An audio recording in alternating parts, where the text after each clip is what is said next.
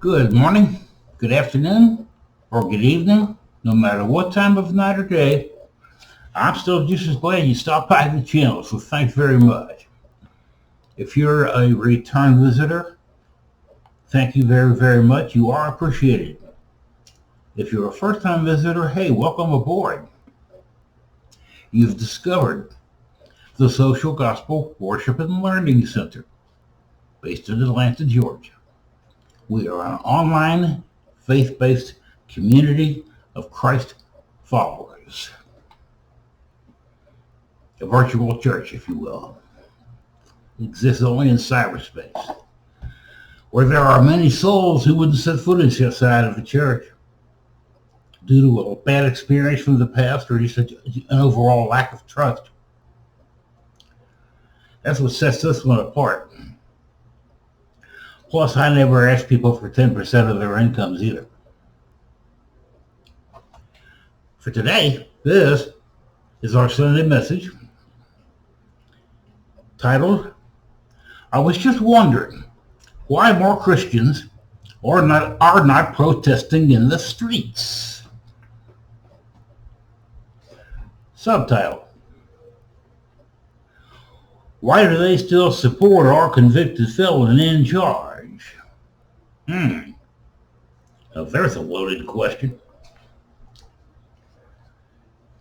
Being involved with a brick and mortar church as a musician, as well as this online ministry, it's been my experience that trying to get conservative American Christians to join the anti-war, American resistance, or progressive movements is like trying to persuade an Orthodox Jew to convert to Islam.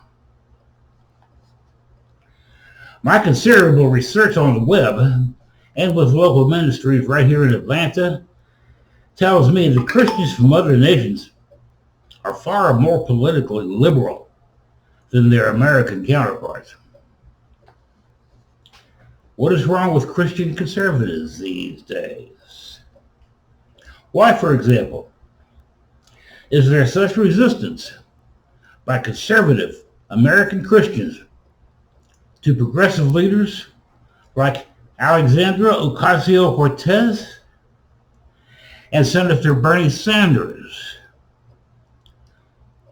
or to the Medicare for All campaigns for that matter? How can they be in favor of Trump's tariffs but against free health care and higher education? Why have they not joined the rest of America in protesting the forcible separation of children from their parents at America's southern border? What are conservative Christians so afraid of? After all, aren't those who are involved in the Occupy, Black Lives Matter, and pro-immigration movements trying to speak out for those in need? Why do they still support an economic system based on greed and the abuse of authority? Why would any conservative American Christian not want to join a group that tells us that our future depends on how well we cooperate with each other? Why are they against taking care of our one and only planet? Well, all I can say is, if Jesus was against injustice, then so am I. Now, picture this, if you will. I also can't imagine why any rational person would have a problem with people who are protesting against firmly entrenched economic inequality and endless wars. Why would any American Christian not want to join a group that promotes a more participatory and balanced democracy than what we have now?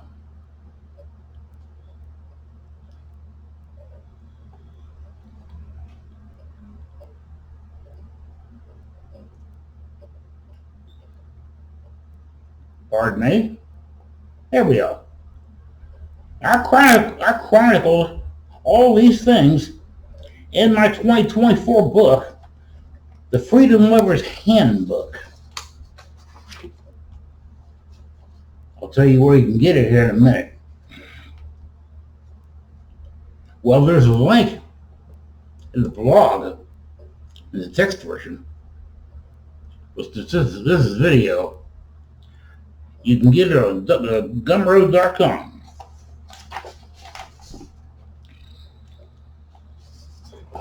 I thought I had the address, people, but I don't. Please pardon me. Let me continue, okay? Christ is the only source of our faith and grace. Lately, it's been my observation that those who care for the poor and needy, or for the sick or the hospitalized, the incarcerated, the institutionalized, and the homeless, the very least of humanity, it is they who do God's will here on earth. They don't hoard for themselves, but minister to and empathize with all of the above. It is they, the least of humanity, who maintain their only source of faith and grace as being none other than Jesus Christ himself. It's as if they don't want to know. How about that? On the other hand, what we have instead is a cadre of people in church, business, and government mixing their man-made version of Christianity with what is, in my view, extremely conservative politics for personal gain.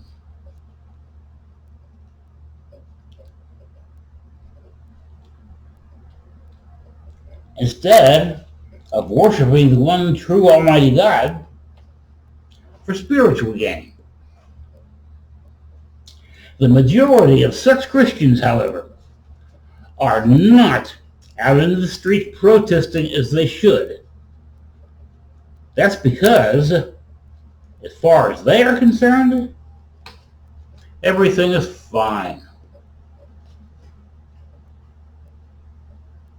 They don't want to change. Mixing Christian faith with American politics.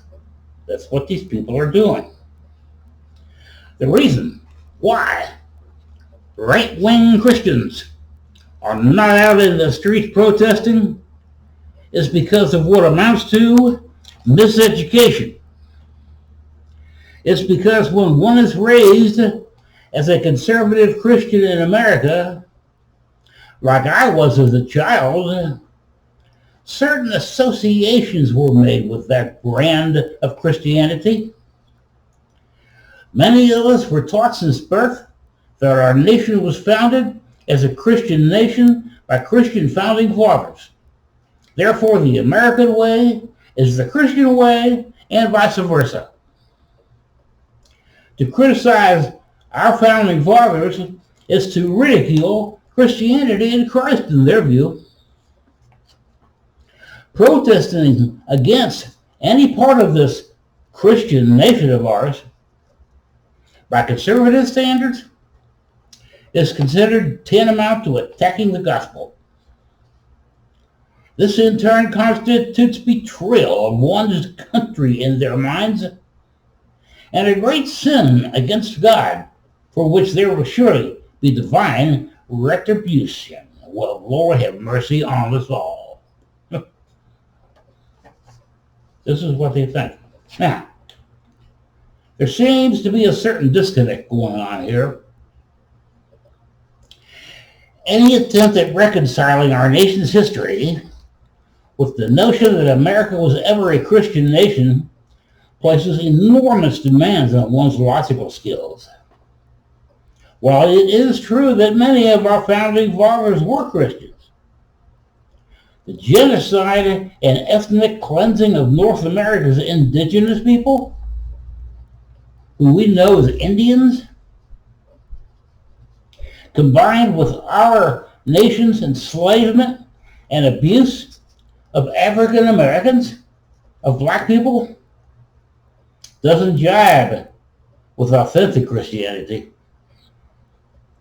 From long before the start of the U.S. Civil War up until the 1964 Civil Rights Act was passed into law, along with our emerging American empire and its use of dictators as proxy rulers in other countries, all of these things make it problematic to attempt to reconcile American history with the gospel of Jesus Christ. And even when our history is partially acknowledged by these conservative American Christians, there seems to be an emotional disconnect that insulates such individuals from the dissonance of racism that would otherwise be clanging like a fire alarm. That's right. Now, here's what Jesus said about American exceptionalism.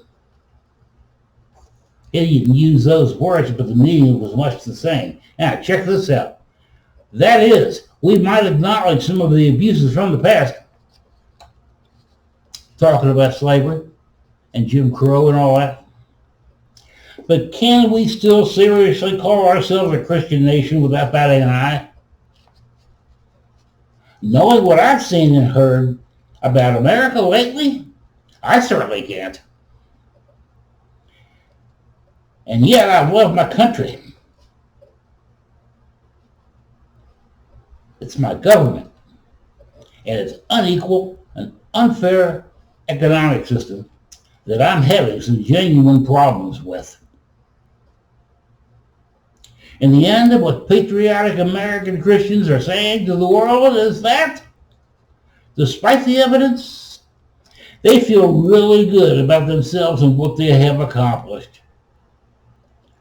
Well-to-do, right-wing Christians in America demand their constitutional right to exalt so-called American exceptionalism. Those who do so are forgetting Jesus' warning about this very thing when he said, and I quote, "Those who exalt themselves will be humbled, but those who humble themselves will be exalted." Close quote. Meaning, American exceptionalism amounts to a sin against Christ. Pause and reflect on that. American exceptionalism is a sin. That's hard for some Americans to hear, I know. It took me quite a while, years, for me to be able to wrap my brain around this. But I eventually accomplished it. And this is what I found out. But hold on. I'm almost finished. But just a few more minutes, if you please. I got important stuff to tell you, okay? Now, our economic system that I just mentioned, capitalism, is just a form of economic slavery. And people are tired of it. The same thing goes for our capitalist economic system, as I just said. Since capitalism is our economic system of choice, and we are a Christian nation, right-wing logic dictates that capitalism must become God's preferred economy, as if God needed an economic system in which to operate. Oh, no, he doesn't.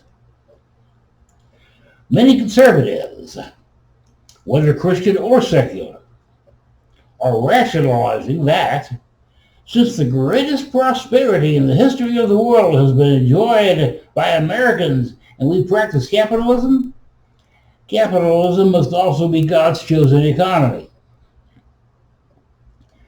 But the problem I see with this is that it compels us to ask a very damning question.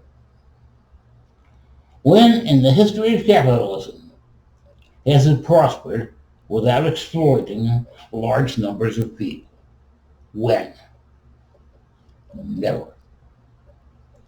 Many times, those who were exploited were hidden from the view of most Americans. But the existence of capitalism, combined with a persistent U.S. militarism, does not change the fact that they exploit untold multitudes. It's going on right now while I'm recording this. There's a new day coming soon. That's the good news. So what originally caused the Occupy and the 99% movements to emerge in 2011, we are the 99%, along with Black Lives Matter in 2014 and the hashtag #MeToo women's movement shortly afterward, continues to this day unabated. That's a good thing.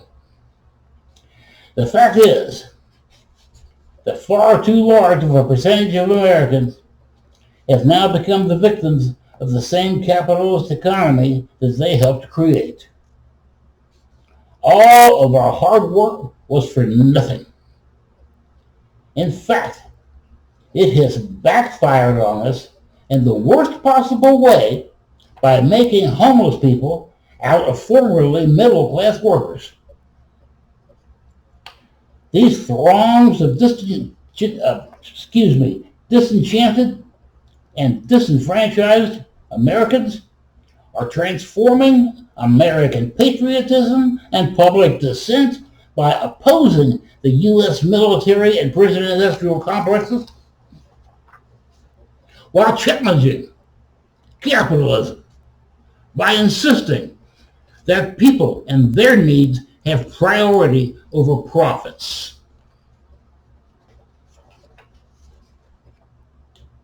Suggesting that being patriotic in the U.S. includes being capitalistic, which is conservative Christianity's true religion, by the way. It has done more harm than good. As before, that's because of the close association many conservative Christians have made between both patriotism and capitalism. They that do this are forgetting the historical reasons for Jesus' crucifixion. He preached against organized government, which infuriated the Romans, and against organized religion, which enraged the Jewish ruling council of that time.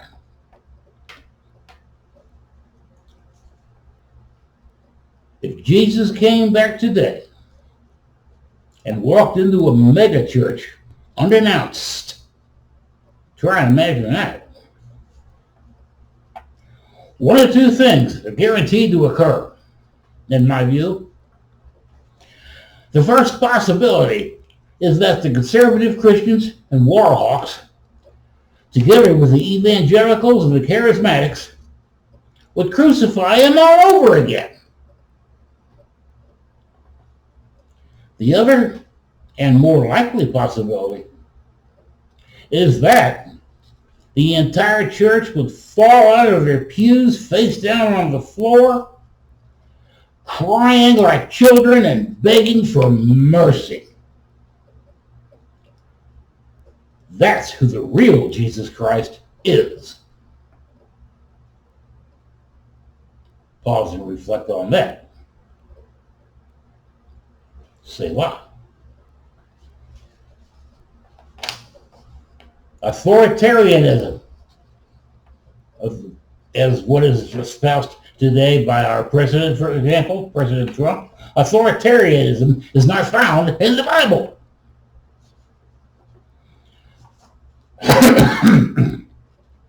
Excuse me.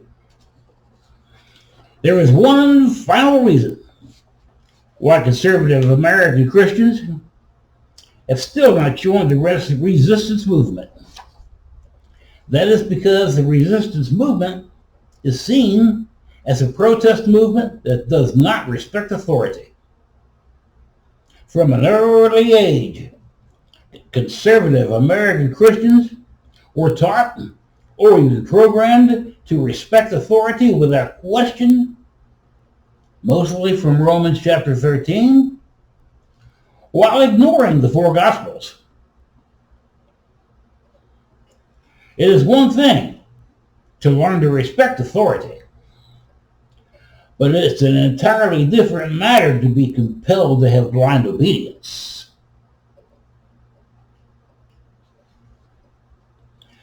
What the Apostle James wrote about some capitalist business operators. And all you bankers and money lenders, check this out. All you big business owners too. On the other hand, that command from Romans 13 cuts both ways, as it is written in James chapter 5, verses 1 through 6. And I quote, "Now listen, you rich people, weep and wail because of the misery that is coming upon you." This is the Apostle James, the half-brother of Jesus Christ, who wrote this. "Your wealth has rotted, and moths have eaten your clothes. Your gold and silver are corroded. Their corrosion will testify against you and eat your flesh like fire. You have hoarded wealth in the last days. Look! The wages you failed to pay your workmen who mowed your fields are crying out against you. The cries of the harvesters have reached the ears of the Lord Almighty. You have lived on earth in luxury and self-indulgence. You have fattened yourselves in the day of slaughter.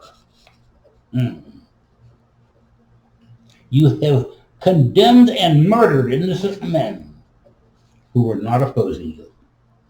Close quote. That's James chapter 5, verses 1 through 6. That's where that came from. Fits with this message perfectly, don't you think? In closing, or as I am about to close, some people are exchanging Christian faith for American patriotism. That, in my mind, is a no-no. Just a self-aggrandizement, American exceptionalism, is the reason why we equate American patriotism and capitalism with Christianity. So self-interest is the reason why we have a blind allegiance for those in authority. That self-interest tells us to be good little boys and girls, so that those in charge will reward us rather than incarcerate us. And perhaps it is a desire of some, you know who you are, to remain childlike in their comfort zones while in authoritarianism's embrace, seeing surrender to the system as preferable to a personal relationship with the Son of God. Eternal punishment awaits them. I kid you not. It is nearly impossible to serve Christ and be rich all at once. Self-interest contradicts being engaged with the serious issues of life. This includes how we relate to each other and how to turn a profit in an unprofitable economic landscape such as we have today. The reason why most conservative American Christians will embrace their New World Order and the Antichrist that will follow, it isn't because of their faith or lack thereof. It's because of the extra ingredients added to their faith. Profit and loss, interest rates, business, industry, and politics, particularly American politics. Meaning, their faith is polluted with worldly things and concerns like making money. Another thing Jesus warned us about when he said, and I quote, and I'm closing right here, "A man cannot serve two masters. He will either cling to one and despise the other, or he will serve the other and reject the former. You cannot serve both God and materialism." Close quote. That's from Matthew's Gospel, chapter 6, and verse 24. That's what I'm closing this message with today. I hope you enjoyed that. I hope you got something out of it. I hope I helped some people. I hope I helped clarify some things. Some wrong teachings from the past that you may have encountered yourselves. Now you know the truth, which is that Jesus Christ is the only thing that remains when all else is shattered. You don't realize Jesus is all you need until Jesus is all you have, you see.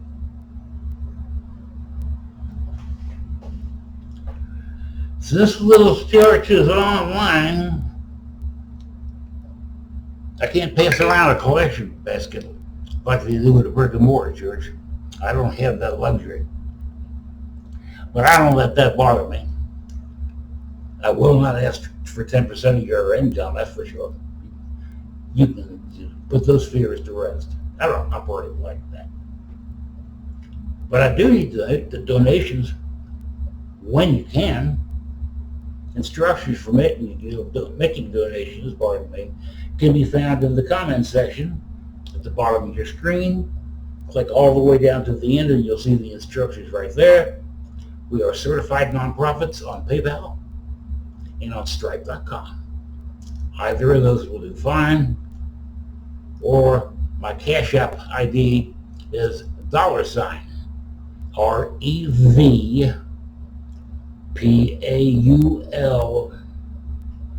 REVPAULBERN as in Nancy, as in Reverend Paul Bern. So it's $ Rev Paul Bern. All there is to it. There's also a mailing address down at the bottom of the comment section too. If anybody wants to mail us a check, don't forget to heed the instructions about who make the check out too. Okay. Another way you can help support us is just simply by becoming a member. Membership is really cheap. It's $5 a month or $50 a year, which works out to 16 cents a day. So most anyone can afford it. On the other hand, if you can't afford to send anything, hey, don't worry about it. It's okay. That will not be held against you here, like some churches do. But still, I got expenses. And I'm a disabled retiree on a fixed income. So I don't have much money. Everybody meet Chloe. She lives here too. She can't resist being part of the picture. At any rate, before you go, don't forget to give me a like, a thumbs up, a share, or two if you can, please, and to subscribe. The subscription to the YouTube channel. It's free. There's instructions for joining the blog, which is the text version of these videos. We're on medium.com and on substack.com. The instructions for getting to those, the links, can also be found in the comments section at the bottom of the page. You've probably already found it by now. Many thanks for that.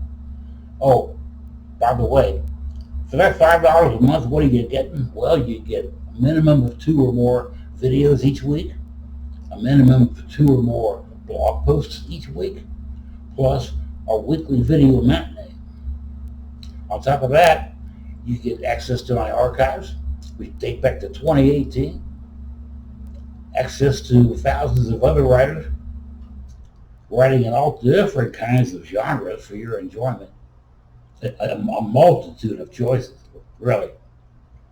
It's really nice. You also get access to our online store at greatestservant.gumroad.com, spelled just like it sounds, all lowercase. One more time, that's greatestservant.gumroad, GUMROAD.com.